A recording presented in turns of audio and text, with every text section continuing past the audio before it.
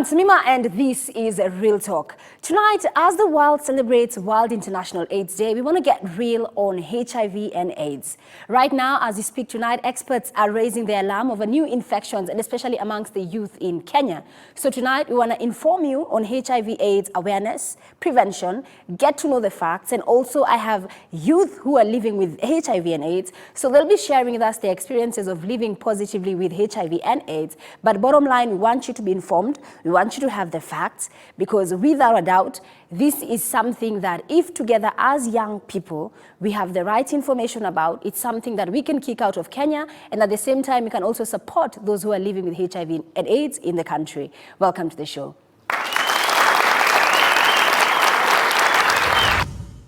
Welcome to the show. My first guest on the show tonight is Kimutai Kemboi, 27 years old, and today he is living positively.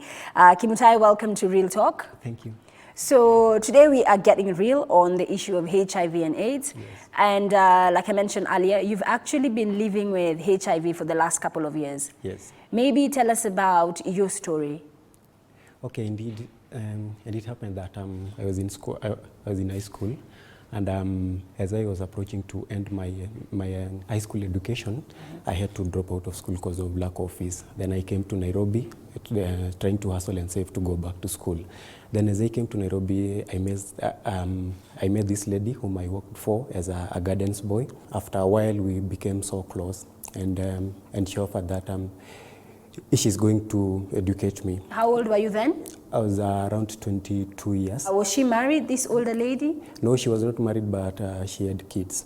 And then there's this day he asked me about my life, and you know, I was open. I wanted help. How old was this woman? Mid-30s. She was approaching 40s, yeah. And then it happened that she asked me that she's going to educate me, if only I listen to what she was going to tell me. Then she asked me that if I sleep with her, then she'll be able to educate me. Then because I was very desperate, I was very confused, I just found myself, I gave in. Yeah, and that is now I got HIV, and it made all the difference in my life. So with this lady, did you then now, was it a relationship that you picked up with her, or was it a one-time thing? It was a one-time thing. It was not a relationship. It just happened that day, and that was all. And do you believe she knew she was HIV positive when she was engaging in intercourse with you?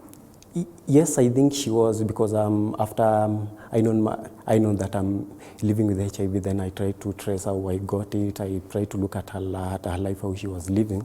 Then I realized that she knew. So it's like she did it intentionally. So what drove you to find out your HIV status? Okay, after I learned that I'm living with HIV, then I had to trace back where I might have got infected. Then she was the last one that I've been with. And then trying to look at her life. After that, she went back home. She got sick, and then she refused to be treated. Okay. And then it was a one-time thing. You still kept working for her, right? No. After a while, when she was working, she lost her job, and then she was very depressed, and there was no hope there, so I had to move out. Okay, so at what point in your own life did you now go get tested? That was after close to 2 years. And what prompted you to go get tested? It was just, I was on the way, and there was this mobile visitors, and then it came near where I was, and I just said.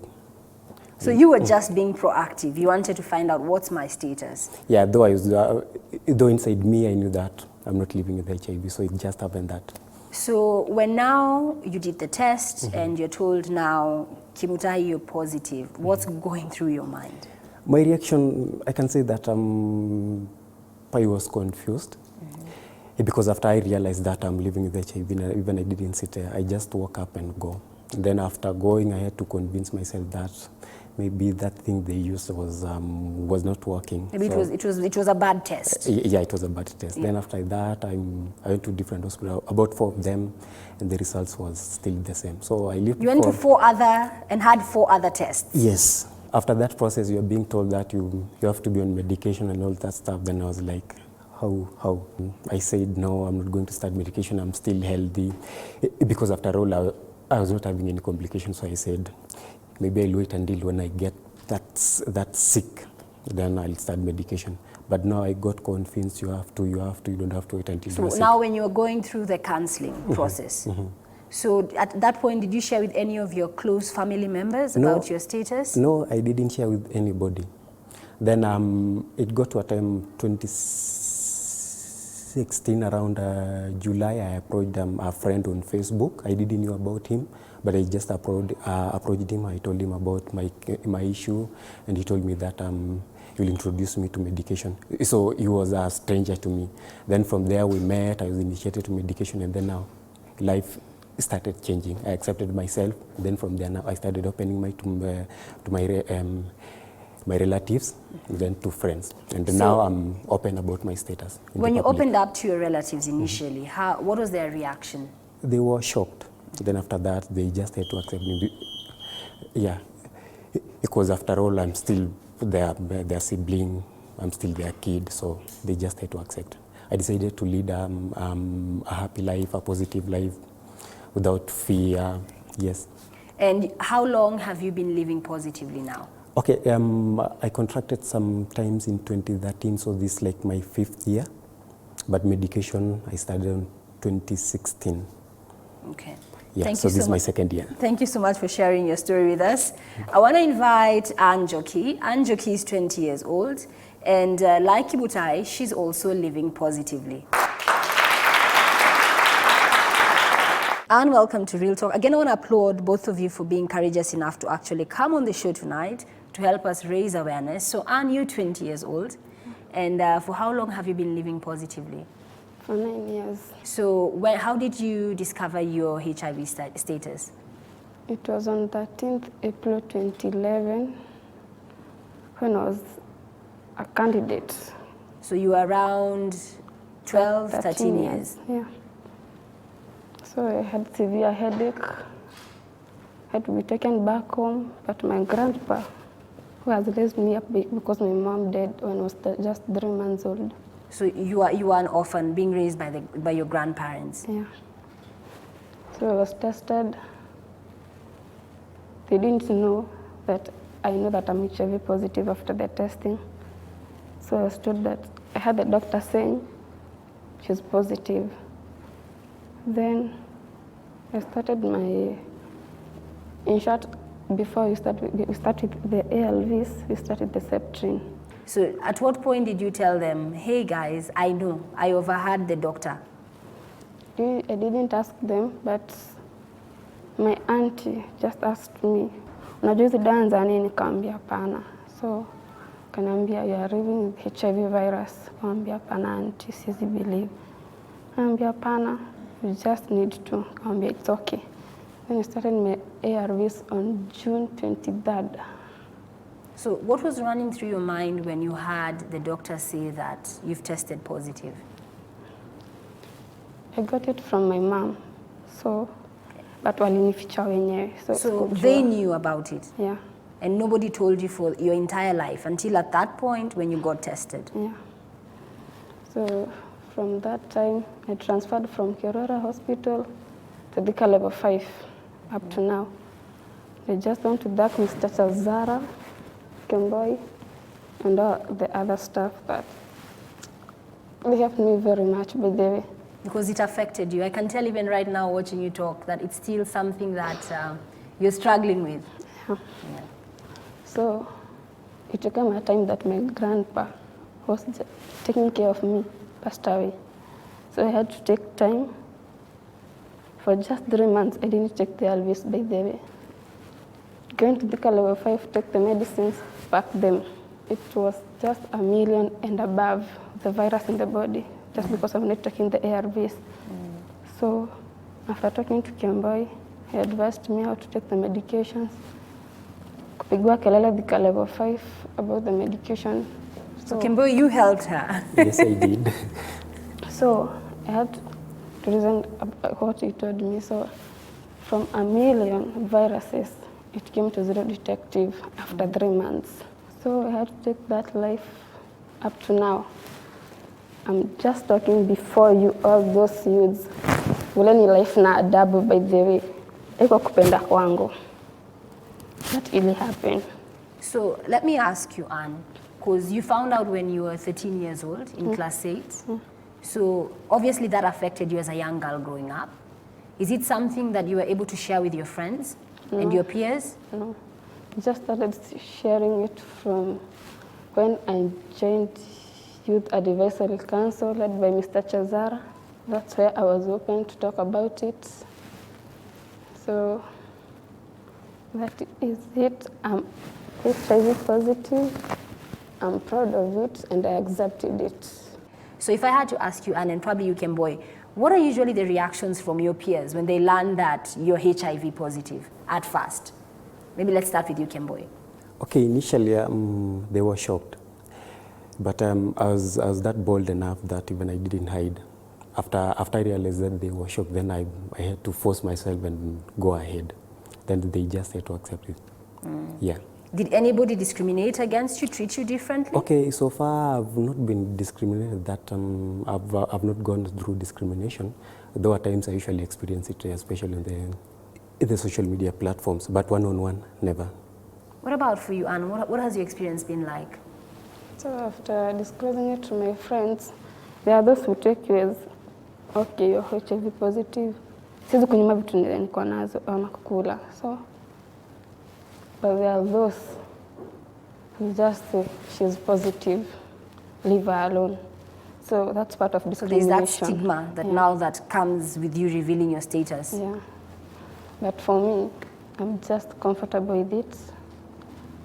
And I'll never stop saying that I'm HIV positive. Remember, you can join the conversation via the hashtag #RealTalk with Tamima on social media. That's Facebook, Instagram, and on Twitter.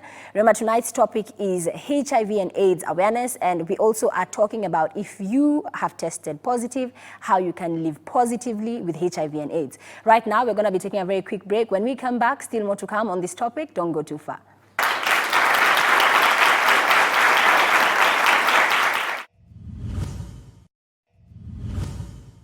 Welcome back to Real Talk. Remember, you can join the conversation on tonight's topic where we are raising awareness on HIV and AIDS and also encouraging those who are living positively. Right now, I want to introduce my next guest, Dr. Cornelia Ochola, who is a counselor. She works with the Center for Health Solutions and specifically deals with youth and children and adolescents living with HIV and AIDS. So, Dr. Ochola, welcome to the show.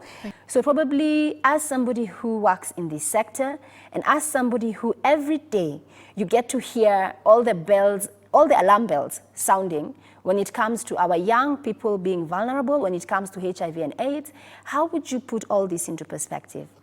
Thank you so much for having me in the show. For HIV, especially amongst the adolescents and young people, we know that the prevalence is still quite high. And from what you can see, we've seen two examples that how HIV, the picture of HIV in the adolescents and young people. For example, you look at Anne. Anne is someone, a young lady who was born with HIV and discovered her status when she was a teenager. When you look at Kemboy, this is a person who acquired HIV after he was already old. So it happens both ways. The challenges they face, for example, like Anne, there are issues of what we call disclosure. Her family knew about her HIV status all through, yet no one ever told her about it until this time she got sick, and even that time she just overheard. Adolescents and young people want to be involved in this conversation. The other thing we also see is there's transgenerational sex. We talk about it mainly for the girls, talking about the sponsors, but we see that it's also happening on this also with the young men. So it's something that we also learn from, and we know that yes, when it happens, accepting yourself first. Kemboy said something really strong. It came from him and he said, I chose to accept myself and live positively. The same thing with Anne. It got to a point she had to accept it herself. And we're also seeing issues with peer-to-peer support. Anne really mentions that Kemboy and other people from the health facility she goes to have been able to help her. It's easy, someone who's not positive sometimes when they talk to someone who's positive, you really don't know the shoes that other person is walking in. But when a peer speaks to them, they're able to tell, you're going the same journey with me. They can relate to what her struggles, how she's feeling, and be sensitive about it. Definitely. Yeah. And so you see that she's able to respond more to the advice she gets from that compared to someone who's not walking in her shoes. So the other thing that Anne talked about are things with adherence to medication.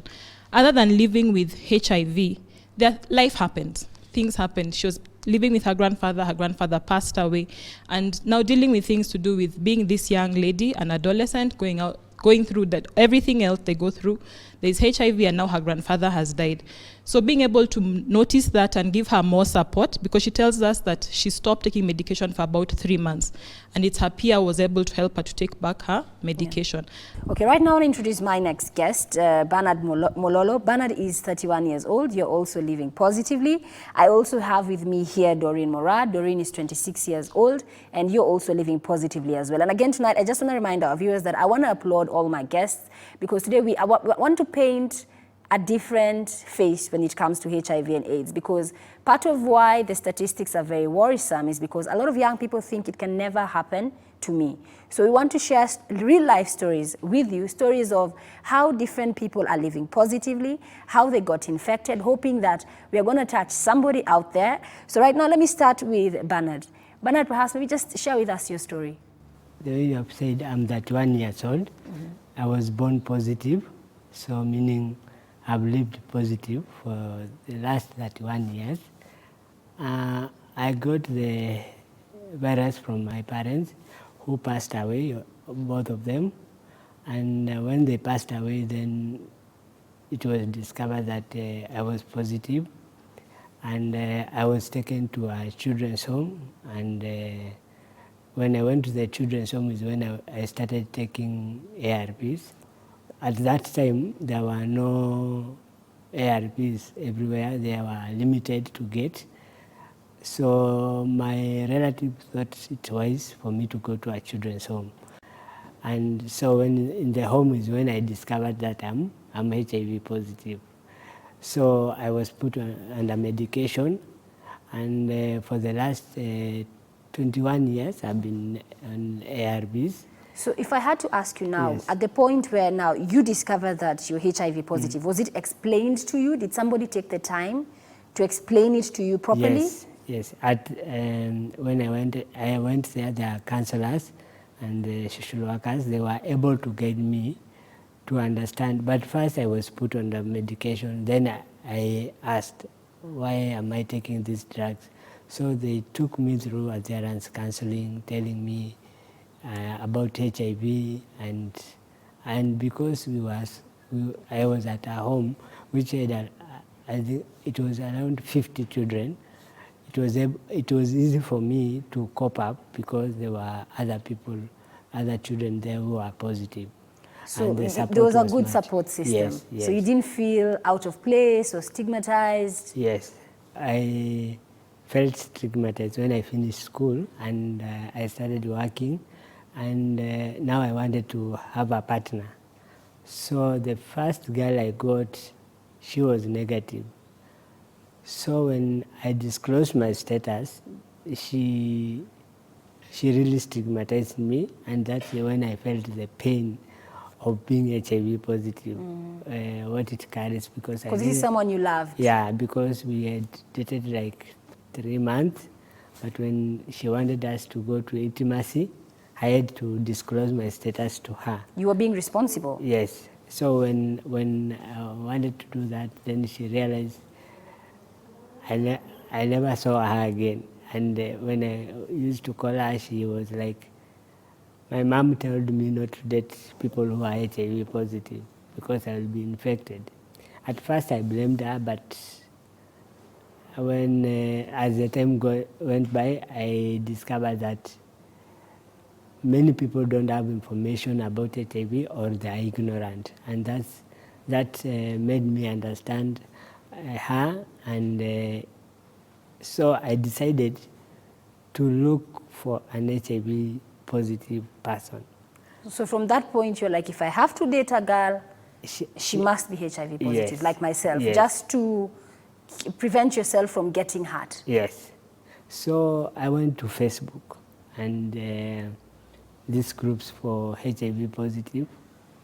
So I got a girl from the Facebook page for HIV people around Kenya, and we started dating, and now I married the girl, and we have a 2-year-old girl who is negative. Yeah. And you're happily married? Yes. So for me, the first thing, I had to accept myself and say, yes, I'm HIV positive, but I have to live a normal life. I have to work. I have to have somebody who loves me.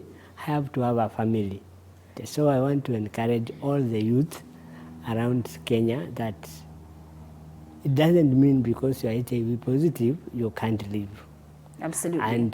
And number two, if you are not, protect yourself. As you said, that HIV is not written in anybody's body or what. And when we have this treatment, you cannot know somebody who is HIV positive. If you look at the guests who are here, those who have talked here, Doreen, myself, you cannot tell we are HIV positive until we tell you. Absolutely. Number two, people should not discriminate us or somebody who is HIV positive, because as we are a living testimony, I always say I'm a living testimony, and I like what Doreen says, I am a beautiful story.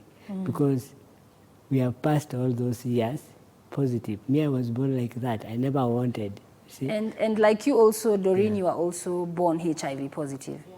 So we just tell us a bit about your background and your story. So I was born 26 years ago to a HIV discordant couple. They're both alive. I am their third born, so I have 3 other siblings, but they're all negative. So it's only me who turned out positive. They didn't know that I was HIV positive until when I was 8. So I got an infection called herpes zoster, and I had to go get tested. So at the hospital, the doctors were like, how about we just test her for HIV? And my parents were like, okay, just test her, because I was a very sickly child. So all the time, I was, one infection after another. So they were like, okay, just test. So the test came out positive. My parents were told, now you will have to also get tested. At that time, my father was preparing to leave the country. So for him, it was mandatory. And then he turned out negative. So for my mom, she was in denial. She walked with that test like all the time. She's like, do I get tested? Do I not get tested? And then when she finally got tested and it came out positive, she now went completely into denial. Because at that point, none of them knew that they were infected as well. Exactly. So it was a new experience entirely for your entire family. Yeah. So when she found out about that, she was like, now we are going to die. So she had me baptized. So she was like, now let's baptize her. When she goes in peace with the Lord. That was her way of coping. Exactly. Yeah. So now she even became an alcoholic.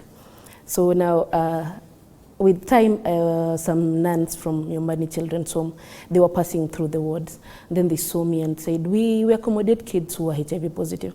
The mom told them, no, my daughter, she's going to die, but she has to die from home, not in a children's home. So your mother already gave you a death sentence? Yeah, she already gave me a death sentence. And then the doctors didn't even make it easier. They were like, if she reaches 12, then you're good to go. But before then, it could go either way. It could go either way. The nuns though took me in. I used to go there, get supplements, Septrins, because there were no ARVs at that time. So you would still live at home, but go for treatment? Yeah. So I'll go there, interact with the other kids. But now, me, I don't know why I'm going there. Because nobody had disclosed nobody had disclosed that you're HIV positive. Yeah. So now the disclosure happened 5 years later when I was 13. So when you were going to the treatment center to get your medication, how did they explain that to you? Because at that point, you didn't know you were HIV positive. They used to tell me I have skin cancer because my skin had some issues. And then they later graduated and told me I have a heart problem. So now the doctor disclosed to me and told me, Doreen, you're HIV positive and you got it from your mom. and you're going to have to take some medication for the rest of your life. At that time, it didn't hit me in How old were you then? I was 13. It did not hit me in a negative way. I was like, it's okay. At least now I've stopped taking those Septrins. And now, you know, my mom used to treat me to some kuku chicken when we used to go to hospital. So it was a good thing. I knew there is guaranteed chips and chicken. So unfortunately, now and then the doctor told me, don't tell anyone you're HIV positive. So now I couldn't tell anybody I'm HIV positive. I'm going to Form 1 the following year, and my mom refuses to let me go to a boarding school. And you know, there was that dream of going to boarding school, having your own box and everything. So why did the doctor tell you not to tell anyone? And why didn't your mother also want you to go to a boarding school? My mother still had the fear of me passing on, and the doctors were afraid of the stigma. And they were like, I will not handle the stigma. So they told me, you are not going to tell anybody you're HIV positive, but you're going to be okay as long as you take your ARVs. So for me, it was a good thing. So the first year, Form 1, Form 2, I went to a day school. Then now Form 3, I had to go to a boarding school because we had moved due to the post-election violence. Now, after I went to boarding school, it was a little bit hard. Now, my colleagues will come, look into my box, and they're like, is it dawa nzanini? And I will be like, niko na heart problem. So for them, that was good enough. But now the challenge came in when they will ask you what are your symptoms, and you don't even know the symptoms of a heart condition. So kapo no, ambe nina feeling weak kidogo, but you're just filling in the gaps. Yeah, but you don't know what exactly happened, and you can't tell. So one time I asked a friend of mine in school, what will you do if you found out your friend is HIV positive? Then she told me, ata sitawahi muongelesha. Wow. So I was like, wow, okay, that doctor was right. So now when I finished Form 4 is when I think now the stigma hit. And now me, I didn't even have a stigma from the society. It was self-stigma. Because now I felt like I was not good enough. Like this HIV was limiting me to do the things that I wanted to do. Because both careers that I wanted to pursue were, they were hindered by the fact that, hey, you're HIV positive, people are going to know that. Which careers are these? The first, I wanted to be a journalist. I wanted to be a radio presenter. I love radio. But how, as somebody in media, I think you are misinformed there. I don't think, do you guys think you are hindered there? I don't think so. You are misinformed. After that, I said, now, okay, let me be an air hostess. I wanted to be an air hostess. That time I wasn't curvy, I was so slim. So I went to a certain school. Then I have a scar because of the herpes zoster. So that lady looked at me and told me, I'll just choose for you a ground course. I asked her, but why? I qualify. She told me, because you have a scar, it won't work. So I told her, okay, I don't want a ground course. I want the air course, and we are done. So I went home. Now I felt, sasa hii HIV, now what else do I do that people won't know me, people won't judge me for how I look? And then I saw on TV the story of Babu Aloliondo. And now I said, you see, this is God. So I convinced my mom. So I told my mom, now we have found a cure. It's in Tanzania. Let's just go drink the cup, come back home. And you know, the way there were too many people going there, it was too good to be true. So my mom was like, okay, sawa. She went in for a loan. My mom is a teacher. So she went in, took a loan. We traveled all the way to Tanzania. We drank the cup, we came back home. So we stopped taking ARVs. Both of you? Yeah, both of us. Because you believe the miracle cure was working. Exactly. So 3 months later, my mom was like, me, I'm not feeling well. So she goes get tested. And then she came back home and told me, you know, we are not okay. I asked her why. She told me, because I got tested today and the test is still positive. So it's better we go back to taking our medication. I told her, me, I'm not going back. I am on a break. So I took a 2-year break from taking my medication. How did that affect your health? I got pneumonia later on, and it was really bad. So by the time I was taken back to the hospital, the doctor was like, I thought you were told this is a lifelong thing. I told him yes, but I just got tired. And you know, when you start taking ARVs, these doctors don't tell you that at some point you will have to deal with yourself as a person and the denial, and you feel like you're not good enough. So nobody prepares you for that. So by the time I'm going back to medication, I still wasn't ready. I felt like, Aki, if there was a way out, I would take that one. So I just went back because I needed to be okay. By that time, my viral load was so high. So I went back to taking my medication. And a year later is when I started talking about my HIV status. And by that time, I had come into terms that, HIV is here to stay.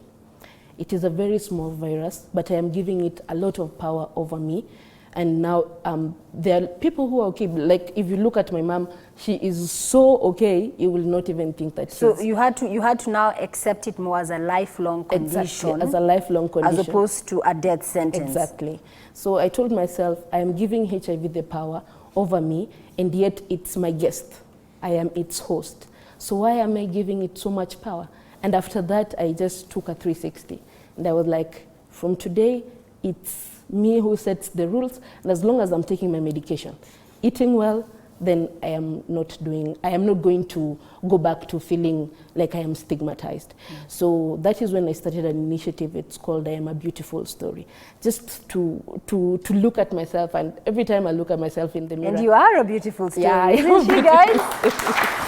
So I look at myself in the mirror every morning before walking out, and I tell myself two things.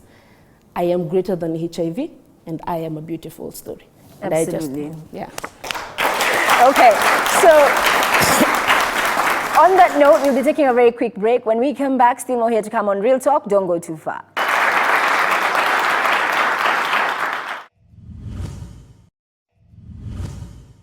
Welcome back to Real Talk. Remember, you can join our conversation tonight that continues on HIV AIDS awareness and living positively. Right now, I want to engage the experts that I have in studio. I have with me Esther Kulundu, who is a counseling psychologist at Liverpool VCT.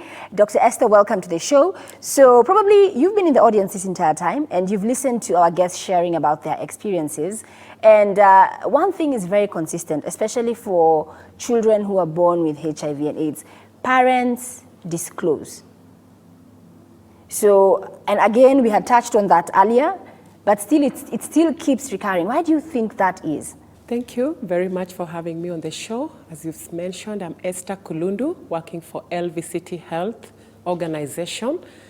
And I'd like to say that indeed, in terms of disclosure to children, it's quite an uphill task.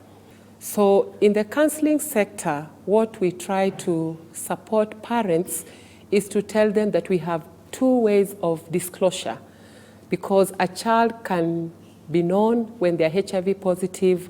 Nowadays, they are tested at 6 weeks. And so if a child turns to be HIV positive at 6 weeks, indeed you cannot do disclosure. And so we normally talk of partial disclosure, which starts at age 6 to 9. So partial disclosure basically is letting the child understand that they ought to take medication daily.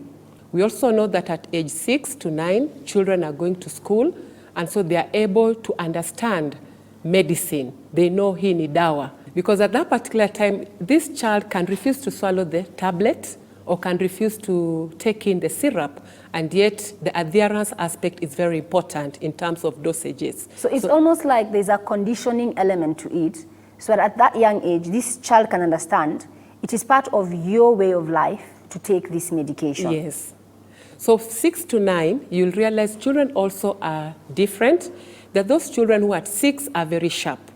And that those children who at 6 years or 7 years, they're not also very sharp because of HIV. In other children, it affects the development. So we work with the parent and find out from the parent, how is the child's milestone of development and understanding. Indeed, at 9 years, you can be able to do disclosure if the child is able to understand. We call it full disclosure, whereby indeed you tell a child that the condition you are having is HIV, and they have learned it in school. Only that in school, it might come out not very well as it ought to come. And maybe that's all, maybe bring out on Doreen when she said, the doctor told her, na usiambie mtu. Because in school, maybe where the other children are coming from, they've been told HIV kills, HIV, a person will die. So when this child hears from the peers, that morale or the adherence aspect is normally brought down. So how can we as parents, immediate family, even friends, just be there and offer this person support so that we can walk in them in this journey, because ultimately it's a lifelong condition. So indeed, just as you've shared that you cannot just tell a child that you are HIV positive, as counselors, we then now hear from the parent, because it's important that the parent own up the part of working with the child. You could bring the child to me as a counselor. It will not be on my part to tell this child you're HIV positive, because the child will still go back with you at home and many questions will be dealt by the parent. So from, as I mentioned, 6 to 9, that is partial disclosure. But now from 10 years, we encourage, the word is encourage, not force, but we encourage the parent or the parents or the guardians to kindly let this child know that they are living with a condition which is HIV positive. Indeed, the process is this child understands. They can read. They're able to know what this is, but they might not know the magnitude of the society out there when they are known they are HIV positive. So and for us, basically from that statement, the reality is that there's still a lot of stigma today in 2018 in Kenya. Yes. It's true you might not tell the child the genesis of HIV, how you, the parent, you got HIV. But the aspect of just letting the child know that I, as your mother, I am positive, and you are also positive, but you can look at me, I've been able to manage, and so even you as my child, you'll be able to move on. Now, when it has come from the parent, now as counselors, we come in, because the child might not ask the parent many questions, but when they come now to the counselor, the questions that Doreen was saying, indeed, they come in. Death, I will not finish my school. What if I get a boyfriend or a girlfriend? How will people look at me? And am I worthy of living? So the counselors now have to walk with the child. And indeed, I would like to say that where I work, LVCT Health, we've come up with a program which is known as Operation 000 OTZ Club. We have children who have been disclosed. Our youngest child who has been disclosed is 9 years up to 24. And it's a journey. It's not something you do once, but you continue with them until when, we normally say, until when the child will say, now I am able to fully understand that this is me. Okay, I want to invite Kennedy Ngogi, who is a clinician. So Kennedy, I just want you to put this into perspective for us, because here we have Bernard, who says he's lived with it for 31 years. And I could see earlier on when he was introducing his story, even for those of you who are watching from home, I'm sure a lot of guys are surprised. You can live with HIV AIDS for 31 years. Maybe just tell us the medicine and the science behind this. Thank you for hosting me in the show. Just like our guests are mentioning, it's very possible, it's very realistic to live with HIV AIDS for as many years as 70 years, because with antiretrovirals therapy, that is basically the drugs that are used to treat the HIV infection, one of the main reason or one of the main objective of the drugs is to make one live for long. Because as you take your medication as expected or with good adherence, it is expected that the virus is at minimal level, and the virus being at minimal level, likelihood of getting infections to any part of your system is less, and therefore you can live as many years as 70 years and over.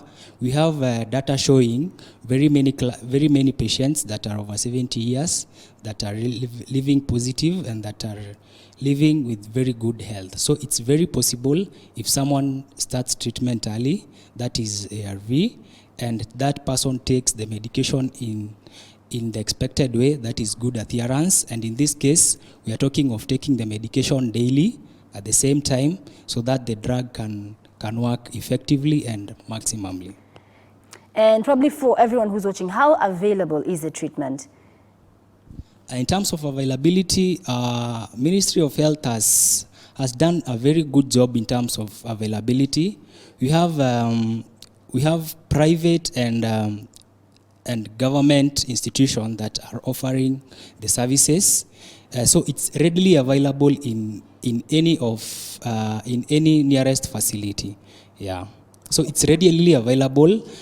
Just getting into any facility and you can Okay, get. so you're speaking as an expert. Let me ask my guests up here. So is that correct? Because this is something that it's a daily part of your life. So maybe talk to anyone who might be watching when it comes to how they can get access to treatment. I can say in Kenya,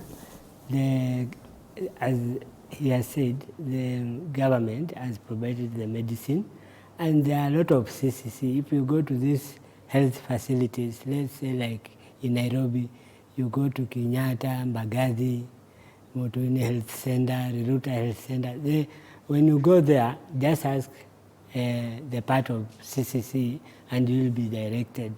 So and then ARVs are very available, and in fact right now they are putting even, and maybe the doctors who are here will tell us, the new dose, the one single dose, so that it will be so easy for people to take the drugs, not like taking in the morning and the evening. Yeah. So I want to introduce also Penelope Mukoye. She works with NASCOP, which works with the community on sensitization for those living with HIV and AIDS. So maybe, Penelope, just maybe tell us, when it comes to treatment, how cost effective is it? With NASCOP, currently we are having RRI, which happens in different counties. When you say RRI, what does that stand for? It stands for Rapid Response Initiative, which happens in higher learning institutions. So basically what we do is we go there and we sensitize the youths to come and take the HIV test. So we have counselors there that if any of them is positive, they can get to be cancelled. So that is currently what is going on. And we also deal with children between 14 and 24, where we are sensitizing them and the caregivers too, to continue taking their medication so that the virus can be suppressed to zero. Okay, I'll now introduce Dr. Cornelia back, and probably maybe just give us a bit more information when it comes to the cost of the treatment. The cost for HIV treatment and care is free in the government facilities. It's actually free to the patient because the medication itself is free. The tests, for example, you hear people talk about the viral virus level. The viral load test is free in the government institutions. If you go to a private institution, that's a bit different. Okay, I want to introduce Pascaline Peter, who is 30 years old. She's a businesswoman and she's also living positively. She's lived with HIV for 5 years, and presently she advocates for the awareness to prevent new infections and encourages especially young people to get tested and to know one's status. Welcome to the show. Thank you. So obviously now that we are talking about treatment, and how has that impacted your life? Have you been able to stay on treatment consistently? Okay, thank you for having me. My name is Pascaline. I knew about my status 5 years ago after I went for a test. To my surprise, it was positive. I didn't expect that, definitely, because I later went for like 20 other tests to confirm that. But finally, they were all coming out positive. I started drugs immediately. But it's just that you're taking the drugs for the sake of taking the drugs. So there's still no acceptance on why you have to take the drugs? Yes. Again, I'm taking the drugs, and I'll take today. I was that party girl. I'll take today, maybe from Monday to Thursday. Then on Friday, I'm busy. Maybe I won't be around the drugs. So maybe I'll take the drugs again on Monday. So by that time, my viral load was almost 100,000. Then it came a time I had to be switched from first line to second line drugs. So in first line, you just take one drug, maybe at night, pill 2 moja. But here I'm to be switched to second line, where people in first line take like seven tablets a week. Here, I'll be taking 28 tablets a week, unlike those people on first line. So that's when I was switched after 2 years being on medication. Then there came a time, I can say it's human error or something. For a whole year, I was getting the wrong medication, an overdose. I didn't know. From the health center? Yes, from the health center. I didn't know it was overdose. Till one day, I had a major reaction. My nails were falling off, the hair. Like that time, people will look at you and like, when people used to talk about AIDS, unakuwa na vidonda mwili yote, nywele inaanguka, makucha zinaanguka. So that's the time I was like, I can't hide anymore. Ukimwangalia anakaa tu, how people used to say, anakaa tu ukimwi, how we used to call it. So I was treated, I came back to normal. That's when I decided to go public. From a viral load of almost 100,000 to being undetectable today. Yes, HIV medications work. Yes. I think you deserve. And so I want to introduce my next guest, Anthony Chaza, who is a Teen and Youth Program Officer who deals with youth in the community on matters prevention and managing HIV and AIDS.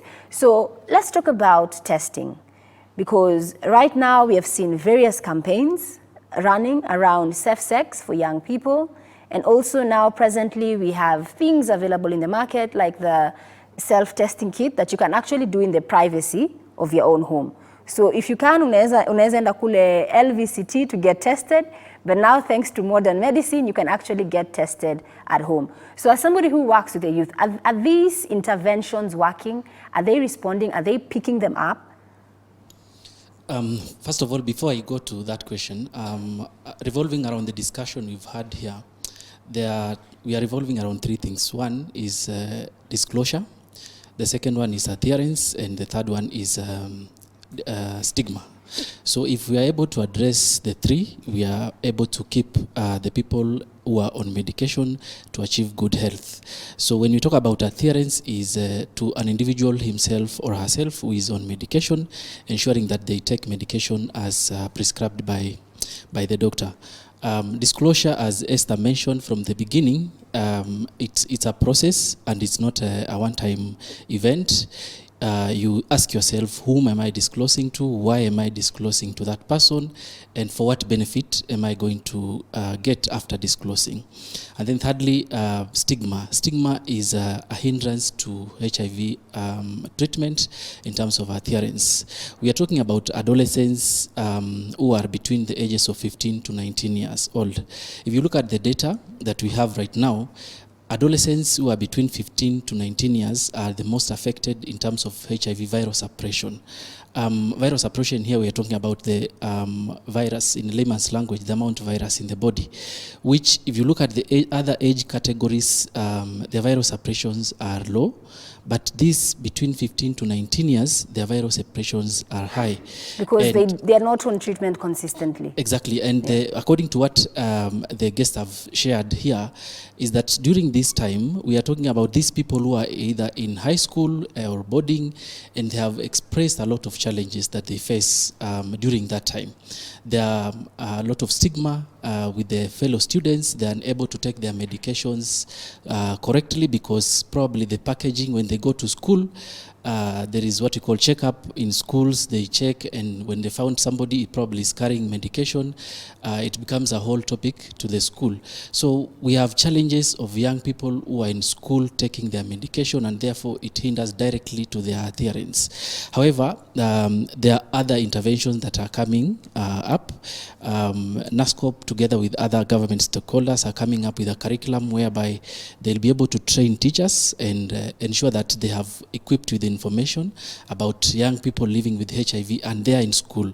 And therefore that is probably likely to change, because we are looking at a situation where a teacher doesn't understand that HIV treatment looks like this, the medication looks like this. So during the check in the staff, they find medication, and since the adolescents do not want to package them in the bottles that are ordinarily packaged, they probably empty them somewhere else. And when the teacher finds that kind of medication, they're likely to question this student, why are you probably on drugs, and drugs that are not known.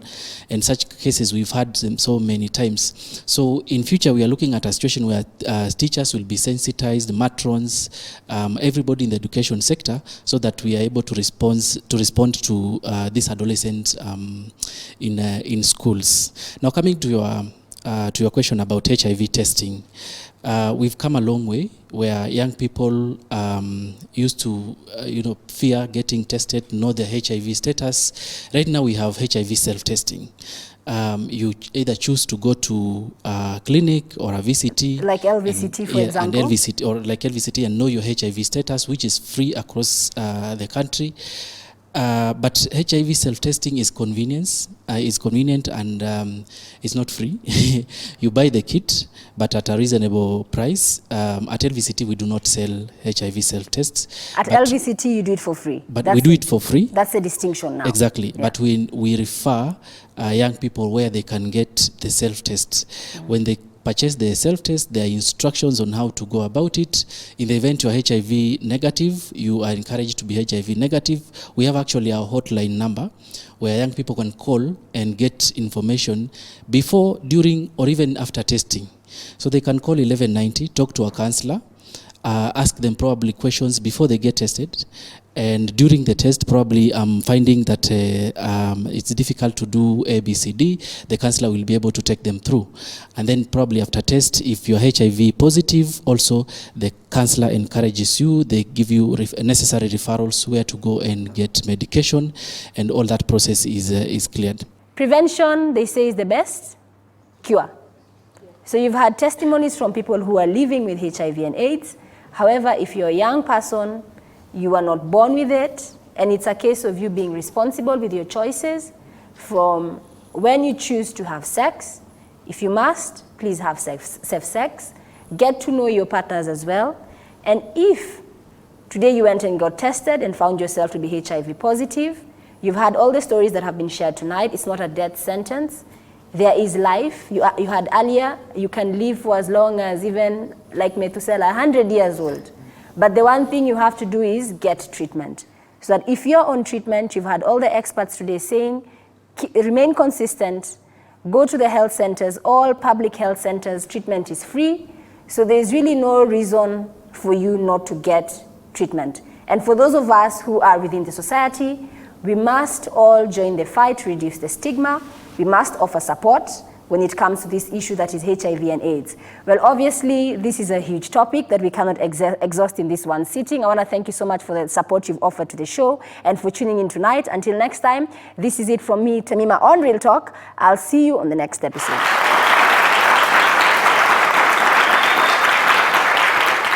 Hi, my name is Joel. Welcome to the Real Talk Switch TV with Tamima, and the topic is all about HIV and AIDS. Welcome. Hi, I'm Liz Mongai, and tonight you're watching Real Talk. Welcome to Real Talk. Na msiende kuhanya-hanya. Once you are positive, tame yourself. This is from your own grandmother, Joki Macharia. Yeah.